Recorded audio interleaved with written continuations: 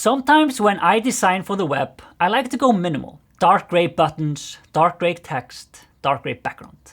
In fact, here's my color palette for web design. But here's the problem.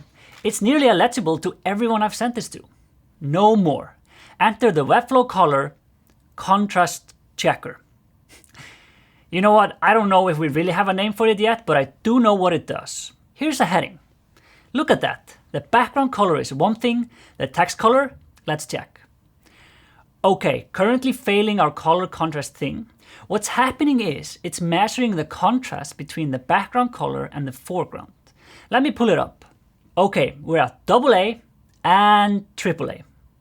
That's good contrast. But check this out. I can even click to turn on,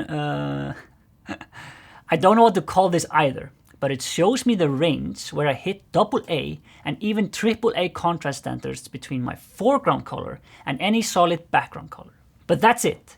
Not sure what to call it, but it lets me create legible, more inclusive typography on the web.